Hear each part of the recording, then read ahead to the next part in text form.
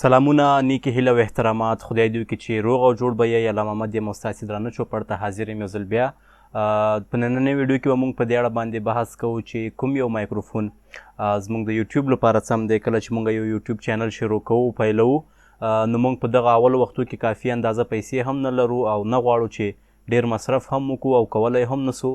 نو موږ ضرورت لرو چې یو بجټ یا یو داسې مایکروفون د ځان لپاره واخلو تر څو هغه په کمو پیسو باندې اوسي او همدارنګه ښه کوالټي هم ولري. نو په نننۍ ویډیو کې به زه تاسو ته یو داسې مایکروفون در پیژنم چې هغه یوه نړیواله کمپني ده، یوه مشهوره کمپني ده او همدارنګه په کمه بیه باندې تاسو کولی سئ چې دغه مایک راونیسئ او د هغې نه وروسته تاسې د خپل یوټیوب ویډیوز، د خپل غږ، د خپل شعر او شاعري هر ډول کار لپاره چې تاسې وغواړئ کولی سئ د هغې نه استفاده وکئ او ښه کوالټۍ کې خپل غږ وباسئ او تر نورو خلکو یې ورسوئ. نو راځئ چې دغه ویډیو پیل کړو او وپوهیږو چې کوم یو مایک دی. نو ملګرو دغه یو مایک دی لکه څنګه چې د کوتۍ په سر ګورئ چې بویا ورباندې لیکل سوي دي، بویا M1 دا د دې مایک نوم دی. دغه مایکونه چې دي د نړۍ په سطحه شهرت لري ځکه خلک ګمان کوي چې دغه مایکونه چې بویا نومیږي ډېر ښه مایکونه دي، هم یې بلټین کیفیت ښه دی او هم یې د غږ ویستلو کوم کیفیت چې دی هغه ډېر ښه دی. دلته په کوتۍ کې له مایک سره سره تاسو ته د ریډینګ لپاره، د لارښوونې لپاره یو وړه کتابچه درکوي چې دا اکثره څوک نه لولي. نو دا به یو بغل ته کړو او دلته په یو وړوکي پاوچ کې لومړی خو یو وړوکی پاوچ پکې دننه بل دی او همدارنګه د هغې تر څنګ دلته اصلي کوم څیز چې دی چې هغه د بویا مایک دی هغه پکې پروت دی.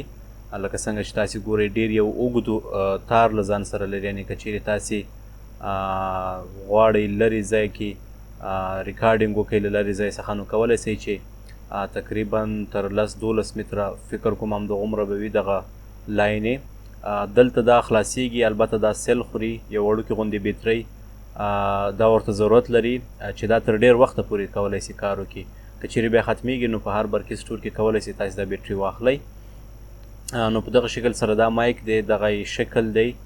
کولی سئ چې په بازار کې د دې توپیر وکئ له اصلي او بې کیفیته مایک سره. دلته په وړوکي پاوچ کې یو کلیپ دی، د کالر کلیپ چې دا تاسې کولی سئ په جامو باندې دغه مایک د دې په واسطه باندې ونښلوئ. دا به له دې مایک سره دغسې یو ځای کئ. له هغې وروسته کولی شئ تاسې په جامو باندې دغه مایک ونښلوئ او خپل لاسونه ترې فري کئ.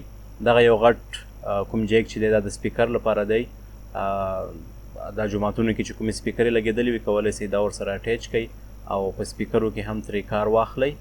نو دا د بویا مایک دی، ډېر ښه مایک دی.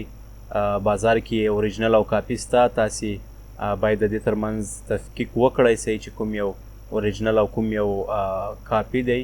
البته په ریټ کې هم بیا فرق لري، نو تاسې کولی سئ چې اوریجنل شی پیدا کړئ او خوند ترې واخلئ. ډېره زیاته مننه دوستانو چې دغه ویډیو مو تر دې ځایه وکتله. د ورته نورو ویډیوګانو لپاره زموږ چینل در سره سبسکرایب کړئ. تر بیا مو په لوی او بخونکي څښتن تعالی سپارم. ښاد، آباد او بریالي اوسئ.